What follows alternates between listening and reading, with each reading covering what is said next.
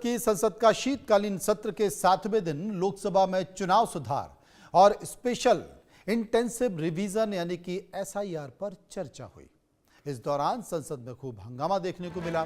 लोकसभा में नेता प्रतिपक्ष राहुल गांधी ने सरकार, आरएसएस और चुनाव आयोग पर जमकर निशाना साधा। उन्होंने कहा कि आरएसएस सभी संस्थाओं पर कब्जा करना चाहती है, चुनाव आयोग पर कब्जा किया जा रहा है, चुनाव में बीजेपी इसका गलत इस्तेमाल कर रही है। राहुल गांधी ने कहा कि ED, CBI, IB, income tax department पर कब्जा किया जा रहा है और यह सब आरएसएस कर रहा है।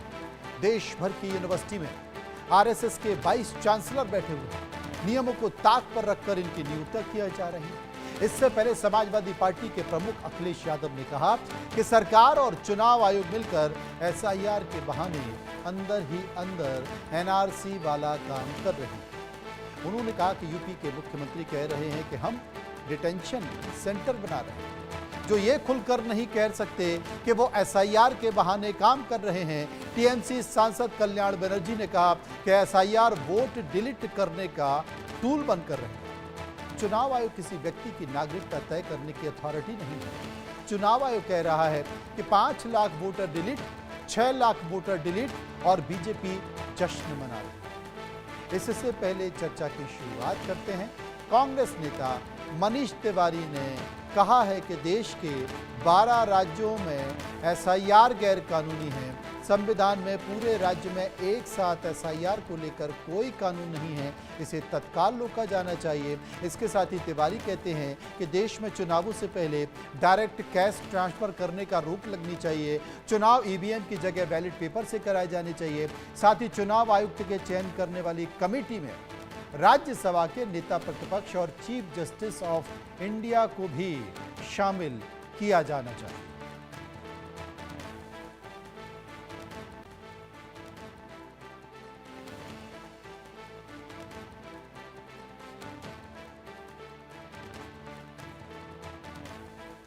तो ये संसद में आज विपक्ष ने सरकार पर जमकर हमला बोला। आनंद सिंह इस वक्त मेरे संवाददाता मेरे साथ मौजूद है, मैं उन्हीं के पास चलूंगा। आनंद, सरकार जहां वंदे मातरम पर चर्चा कर रही है, राष्ट्र हित से जुड़े हुए मुद्दों पर चर्चा कर रही है, वहां पर विपक्ष एसआईआर को लेकर, तमाम ऐसे मुद्दों को लेकर हमलावर है। क्या असर दिखेगा? जी मनोज, देखिए, जिस तरीके से कल हमने देखा था कि 150 वर्ष होने पे वंदे मातरम के जिस तरीके से लगातार कल वंदे मातरम पे चर्चा हुई थी, तो वहीं आज लोकसभा में इलेक्टोरल रिफॉर्म्स पर जाकर चर्चा हुई थी। और उसी में आज जो कांग्रेस के जितने भी लीडर्स थे, उन्होंने तमाम बड़े आरोप चुनाव आयोग पे लगाए। खासतौर पे नेता विपक्ष राहुल गांधी ने इस मुद्दे पर काफी जमकर अपनी बात रखी। उन्होंने जहां सीधा आरोप लगाया कि आखिर किस तरह से चुनाव आयोग जो है, जिसकी एक रोल है कि वो निष्पक्ष चुनाव कराए, मगर वो कहीं ना कहीं कॉल्यूजन में है बीजेपी के, और उन्हीं के साथ में लगातार वो उनको फायदा पहुंचाने का कार्य कर रहा है। फिर उन्होंने बात किया आखिर किस तरीके से बीजेपी और आरएसएस जो है वो महात्मा गांधी की हत्या के बाद नहीं रुके थे। जब नाथूराम गोडसे ने उनकी हत्या की थी, वो वहीं नहीं रुके, बल्कि उनका वहां से आगे का प्रोजेक्ट शुरू होता है कि आखिर भारत के जो भी संस्थान है उनको कैसे कैप्चर किया जाए। हालांकि जब राहुल गांधी इस पे जब वाइस चांसलर और उनकी नियुक्ति की बात कर रहे थे, तो किरण रिजिजू ने बीच में इसमें टोका भी और काफी शोर शराबा हुआ कि राहुल गांधी आखिर वो इलेक्टोरल रिफॉर्म्स में बात ना करके बाकी तमाम मुद्दे पे बात कर रहे थे। तो राहुल गांधी ने फिर स्पीकर को भी कंप्लेन किया कि आखिर किस तरीके से उन्हें बोलने नहीं दिया जा रहा, और फिर उन्होंने अपनी बात आगे रखी कि किस तरीके से चुनाव आयोग को भी, इंस्टीट्यूशंस को भी कैप्चर करने की कोशिश की जा रही है। और यही कारण है कि जब सरकार पहले जहां कमेटी होती थी उसके नियम बदले गए, चीफ जस्टिस ऑफ इंडिया को हटाकर वहां पे home minister, leader of opposition और प्राइम मिनिस्टर, मतलब राहुल गांधी ने सीधे तौर पे कहा कि मैं उस कमरे में अकेले हूं जो डिसेंट की वॉइस रखता हूं। फिर उन्होंने ये भी बात रखी कि आखिर क्यों जो इम्यूनिटी दी जा रही है निर्वाचन आयुक्त को, खासतौर पे इलेक्शन कमिश्नर को, कि जब वो किसी भी तरह की गलती करते हैं तो उनके ऊपर कोई कार्रवाई क्यों नहीं हो सकती है। फिर तीसरा सवाल उन्होंने ये किया कि आखिर किस तरीके से जो 45 दिन के भीतर में जो सीसीटीवी फुटेज है उनको डिलीट करना, तो ये क्यों ऐसा किया गया, ये नियमों में बदलाव क्यों किए गए। और राहुल गांधी ने फिर से वो बात दोहराई कि आखिर हरियाणा में किस तरीके से एक ब्राजीलियन वुमेन की, जो ब्राजीलियन महिला है, उनकी तस्वीर 12 जगह इलेक्टोरल रोल पे थी। और उन्होंने कहा कि मैं ये ऐसा नहीं कर रहा हूँ क्योंकि मैंने ये उसमें वोटर लिस्ट में दिखाया है, और यही चीज बिहार में भी हुई है, मगर अभी तक इलेक्शन कमीशन यानी कि चुनाव आयोग ने मुझे अभी तक इसका जवाब नहीं दिया।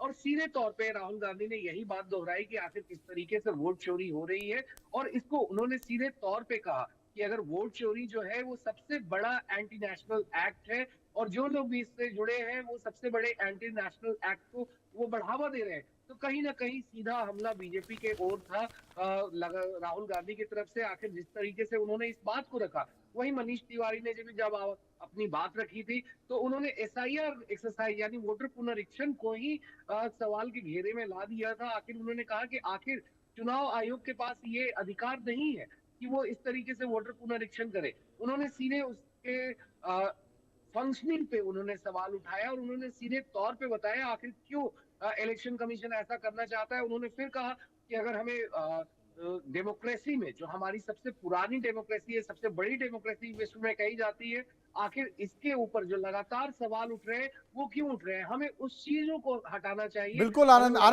मैं आपको रोकना चाहता हूं। एक बार लोकसभा में राहुल गांधी ने अपनी बातों को कैसे रखा, एक बार हम ये लोगों को सुनवा देते हैं, उसके बाद फिर आपसे सवाल। Speaker sir, I want to make it very clear. The discussion is about votes. The discussion is about the stealing of votes. The discussion is about the SIR, and I am framing my discussion about votes. Yes.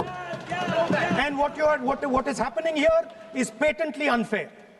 I am not being allowed to speak. I am being disturbed, and I put my protest here.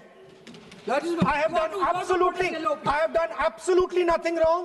I am talking about the subject. In order to capture the vote, you have to capture institutions. I am saying that institutions of India are captured, and I will come to the point, which is Election Commission is captured. आनंद, राहुल गांधी काफी गुस्से में दिखाई दे रहे थे, और जितनी भी जो शैक्षणिक संस्थाएं हैं या फिर यूं कहें कि election commission, CBI, income tax, ED, सब पर उन्होंने कहा कि आरएसएस के लोग बिठाए जा रहे हैं, और आरएसएस के लोगों की यूनिवर्सिटी में नियुक्ति करने को लेकर नियम भी बदले जा रहे हैं। जी मनोज, देखिए ये सारे तमाम बड़े आरोप राहुल गांधी ने आज लगाए, और सबसे पहले उन्होंने शुरुआत ही इसी से की थी कि आखिर किस तरीके से जब नाथूराम गोडसे ने महात्मा गांधी के सीने में 3 गोलियां मारी थी, तो उनका जो प्रोजेक्ट था वो वहीं खत्म नहीं हुआ था, और उसके बाद से उनका प्रोजेक्ट का सेकंड फेज शुरू हुआ था, जब सारे इंस्टीट्यूशंस को धीरे धीरे कैप्चर करना स्टार्ट किया गया। और उसी के बाद राहुल गांधी ने आज दोहराई कि आखिर किस तरीके से जो लगातार जो शैक्षणिक संस्थाएं हैं या फिर इन्वेस्टिगेटिव एजेंसी है, चाहे वो इंटेलिजेंस ब्यूरो हो या फिर सीबीआई हो, इनकम टैक्स डिपार्टमेंट हो, ईडी हो, क्योंकि अमित शाह भी वहां बैठे हुए थे, तो उन्होंने अमित शाह का भी जिक्र किया कि अमित शाह यहाँ बैठे हुए हैं, जो गृह मंत्री है देश के। तो राहुल गांधी सारे बातों पे उन्होंने बात रखी कि आखिर किस तरीके से वाइस चांसलर की नियुक्तियां की जा रही हैं, जो लोग सरकार के फेवर में होते हैं उनको अपने जगह पे बिठाया जा सकता है, ताकि उनके फेवर में सारी चीजें की जा सके। और तभी वो चुनाव आयोग पर भी आए कि आखिर किस तरीके से निर्वाचन आयोग के भी नियम इसीलिए बदले गए थे सीईसी के, खास तौर पे उनकी नियुक्ति को लेकर, ताकि वहां पर वो अपने लोगों को बिठा सके। और इसी पे राहुल गांधी ने ये बात सीधे तौर पे कही कि आखिर प्रधानमंत्री, गृह मंत्री और नेता विपक्षी क्यों, आखिर उसमें सीजीआई क्यों नहीं हो सकते हैं। तो सीधे तौर पे राहुल गांधी का ये बड़ा आरोप था सरकार के ऊपर कि आखिर नियुक्तियों के लिए, जो चीफ इलेक्शन कमिश्नर है, उनकी नियुक्ति के लिए नियम क्यों बदले गए, आखिर उनको इतनी इम्यूनिटी क्यों दी जा रही है, जब लगातार जहां पे पूरे देश एक वोट से जुड़ा हुआ है, 150 करोड़ लोग हैं, जहां भारत की संस्कृति, सभ्यता, यहाँ की भाषा और विविधता जो पूरे विश्व में जानी जाती है, तो आखिर इन चीजों को क्यों डैमेज किया जा रहा है? आखिर इन चीजों को क्यों डाइवर्ट किया जा रहा है? असल में जिस बात का हम जिक्र कर रहे हैं कि किस तरीके से राहुल गांधी ने आरएसएस पर निशाना साधा है, एक बार उसे सुनिए। So the project of the RSS was to capture the institutional framework of the country, and I said how the education system has been captured. Vice Chancellor after Vice Chancellor after Vice Chancellor is placed not on merit, not on capability, not on scientific temper, but on the fact that he belongs to a particular organization. Second capture, which helps in destroying democracy, the capture of the intelligence agencies. We have the Home Minister sitting here, the capture of the CBI, of the ED, of the Income Tax Department. And the systematic placement of bureaucrats who favor their ideology and attack the opposition and anybody who chooses to oppose the RSS. That is the second institutional capture. And the third there are many more. I can go on. And the third institutional capture of the institution that directly controls the election system of our country, the Election Commission. Now, I'm not saying this without proof. I have put forth adequate proof about how the Election Commission is colluding with those in power to shape the elections.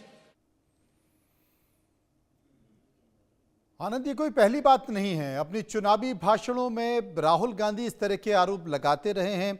RSS को लेकर वो हमलावर रहे हैं, संस्थानों पर RSS कब्जा कर रहा है ये कहते रहे हैं, लेकिन संसद में आधिकारिक तौर पर उन्होंने इस बात का जिक्र किया और उन्होंने ये भी कहा कि गृह मंत्री यहाँ पर बैठे हुए हैं और यहाँ पर बैठते उन्होंने तमाम जो खुफिया एजेंसी हैं, जो जांच एजेंसी हैं, उनमें भी आरएसएस के कब्जे करने की बात कही है। जी मनोज, देखिए सीधे तौर पे राहुल गांधी ने आज बहुत बड़े आरोप लगाए हैं, खास तौर पे सदन के अंदर जब उन्होंने इलेक्टोरल रिफॉर्म्स पे बात की। उन्होंने बताया आखिर किस तरीके से सारे इंस्टीट्यूशंस जो हैं उन पे धीरे धीरे कब्जा कर रही है आरएसएस। पहले उन्होंने यूनिवर्सिटीज की बात की जहां पे वाइस चांसलर को अपॉइंट किया जा रहा है, खास तौर पे जो लोग आरएसएस की आइडियोलॉजी से ताल्लुक रखते हो। फिर उन्होंने बात की आखिर किस तरीके से जितने भी इन्वेस्टिगेटिव एजेंसी हैं, चाहे वो जितने भी टॉप एजेंसीज हैं भारत की, चाहे वो इंटेलिजेंस ब्यूरो हो, सीबीआई हो, प्रवर्तन निदेशालय हो या फिर इनकम टैक्स डिपार्टमेंट हो, वहां पे भी अपने फेवरेबल ब्यूरोक्रेट बिठाए जा रहे हैं। और फिर खास तौर पे राहुल गांधी ने 2023 का उस नियम का उल्लेख किया जहां पर सीसी के लिए नियम बदले गए थे, जहां पर सिर्फ होम मिनिस्टर और फिर प्राइम मिनिस्टर और लीडर ऑफ ऑपोजिशन को ही रखा गया था और सीजेआई को नहीं रखा गया था, यानी कि चीफ जस्टिस ऑफ इंडिया।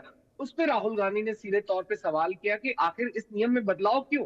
क्योंकि उस कमरे में जहां पर मेरी कोई आवाज ही नहीं सुनी जाए, वहां पर जब से प्रधानमंत्री और गृह मंत्री जिसको चाहते हैं उसे ही वो बना पाए चीफ इलेक्शन कमिश्नर, तो ये कहीं ना कहीं एक तरह से पूरी की पूरी प्रक्रिया ही गलत है। और इसीलिए उन्होंने लेकिन देखना होगा कि संसद में इस पूरे मामले को लेकिन देखना होगा कि संसद में इस पूरे मामले को आखिर सरकार कैसे देखती है। आपका शुक्रिया हम करेंगे आनंद। वहीं अखिलेश यादव ने भी बहुत कुछ कहा, उन्होंने भी सरकार पर जमकर निशाना साधा है, सुनिए। सभापति महोदय, मैं कुछ बातें ऐसी कहना चाहता हूं जो हम लोगों ने अपनी आंखों से देखा और जिस इलेक्शन कमीशन से हमें ये उम्मीद थी कि निष्पक्ष काम होगा, निष्पक्ष कार्रवाई होगी, वो हमें कहीं देखने को नहीं मिली। मैं सबसे पहला उदाहरण ये देना चाहता हूं कि एक रामपुर का बाई इलेक्शन जो लोकसभा का हुआ, जब लोकसभा का चुनाव बाई इलेक्शन रामपुर का हो रहा था तो भारतीय जनता पार्टी की सरकार के मुख्यमंत्री जी और पूरी भारतीय जनता पार्टी ने यह तय किया था कि समाजवादी पार्टी यहां से नहीं जीतेगी, यहां से भारतीय जनता पार्टी जीतेगी। और ये आशंका हम लोगों को थी कि हर तरीके से हम लोगों को दबाया जाएगा, हर तरीके से चुनाव में धांधली की जाएगी। और जिस समय चुनाव शुरू हुआ वो चीजें हम लोगों को देखने को मिली। सभापति महोदय, वोटिंग के दिन जिस दिन वोट पड़ रहा था उस दिन हम लोगों ने देखा कि किस तरीके से पुलिस और पूरा प्रशासन इस बात पे लगा हुआ था कि कोई भी वोटर घर से न निकले। रामपुर का बाई इलेक्शन हमने ऐसा देखा जहां पर पूरा पुलिस प्रशासन, भारतीय जनता पार्टी की सरकार ये कोशिश में लगी थी कि मतदाता बाहर न निकले। है कि यूपी के 5 करोड़ वोट कटने जा रहे हैं, 5 करोड़ वोट। और वो कारण ये है कि जो मैपिंग ऐप है जब फाइनल कंक्लूडेड रिजल्ट आएगा कि कितना फॉर्म जमा हुआ है, क्या हुआ है, तो आप देखेंगे कि 5 करोड़ लोगों के वोट कटे हुए मिलेंगे। सोचिए यूपी जैसे स्टेट में जहां 5 करोड़ वोट कट जाएंगे, और मैपिंग ऐप किसने बनाया है, इसमें भी कोई घोटाला है। और लग ये रहा है कि कोई ऐसी कंपनी है जिसने बीजेपी को इलेक्टोरल बॉन्ड दिए थे, उसी इलेक्टोरल बॉन्ड देने वाली कंपनी का मैपिंग ऐप है, क्योंकि मैपिंग ऐप के थ्रू ही सब गोलमाल हो रहा है यूपी में। लगभग 5 करोड़ लोगों के वोट कटने जा रहे हैं। तो ये गंभीर आरोप समाजवादी पार्टी के नेता अखिलेश यादव ने लगाए हैं। उन्होंने कहा है कि उत्तर प्रदेश में 5 करोड़ वोट काटने की कवायद चल रही है। कांग्रेस के सांसद मनीष तिवारी ने भी सरकार को घेरा। सुनिए। अगर सबसे पहला कोई चुनाव सुधार इस देश में होना चाहिए अध्यक्ष जी, तो वो चुनाव सुधार होना चाहिए जो कानून 2023 में बना था, जो इलेक्शन कमीशन के जो सदस्य हैं उनके चयन को लेकर जो कानून बना था, जो उसकी धारा 7 है, उसकी सिलेक्शन कमेटी में माननीय प्रधानमंत्री, नेता विपक्ष लोकसभा और एक कैबिनेट मंत्री जिसको प्रधानमंत्री सुनिश्चित करते हैं, वो 3 लोगों की समिति है। मेरा ये सुझाव है कि इसमें 2 सदस्य और जोड़े जाने चाहिए, एक नेता विपक्ष राज्यसभा और दूसरा नामजद तौर पर भारत के मुख्य न्यायाधीश the chief justice of India. तो 2 लोग सरकार से रहेंगे, 2 लोग विपक्ष से रहेंगे और एक उसमें चीफ जस्टिस ऑफ इंडिया मुख्य न्यायाधीश रहेंगे।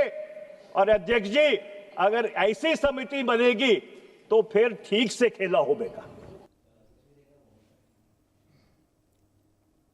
उधर बीजेपी सांसद और पूर्व केंद्रीय मंत्री अनुराग ठाकुर ने राहुल गांधी पर निशाना साधा। उन्होंने कहा कि अगर आप हार का ठीकरा चुनाव आयोग पर फोड़ना चाहते हैं तो और चिंतन नहीं करना चाहते हैं तो जल्द राहुल गांधी के नेतृत्व में कांग्रेस हार की सेंचुरी लगाने जा रही है। चुनाव सुधार को लेकर के आज लोकसभा में चर्चा होनी है, लेकिन वहीं विपक्षी पार्टियां कह रही हैं कि आज हम सबूत के साथ वोट चोरी का जो है प्रमाण रखेंगे। मैं 2 बातें कहूँगा। श्रीमान राहुल गांधी जी के नेतृत्व में कांग्रेस 95 से ज़्यादा चुनाव हार चुकी है और 2026 में सेंचुरी हार की राहुल जी के नेतृत्व में कांग्रेस लगाने वाली है। अब रिफॉर्म जैसे मैंने कहा सरकार ने किए, 1500 से ज़्यादा पुराने कानून ख़त्म कर दिए, अंग्रेजों के समय के बने ख़त्म कर दिए, नए कानून हमने बनाए, क्रिमिनलिटी दंडात्मक कार्रवाई को उसमें से ख़त्म किया। अब अगर इलेक्शन कमीशन ने भी कागज़ से लेकर ईवीएम से लेकर वीवीपैट साथ में जोड़ने सब रिफॉर्म्स लेकर आए। SIR की प्रक्रिया में भी उन्होंने बिहार में सभी राजनीतिक दलों को एक मतदाता सूची दी जिसमें सुधार अगर उनको करना तो वो सब ऑब्जेक्शन कर सकते थे, किसी ने नहीं किया। वोटिंग ठीक हुई, रिजल्ट नतीजे ठीक आए, कहीं कोई विरोध नहीं था। अगर आप हार का ठीकरा इलेक्शन कमीशन पर ही फोड़ना चाहते हो और चिंतन नहीं करना चाहते कि आपके हार के कारण क्या है, तो जल्दी ही सेंचुरी हार की राहुल जी के नेतृत्व में कांग्रेस पार्टी लगाएगी। धन्यवाद। मनोहर केसरी, इंडिया न्यूज़, दिल्ली।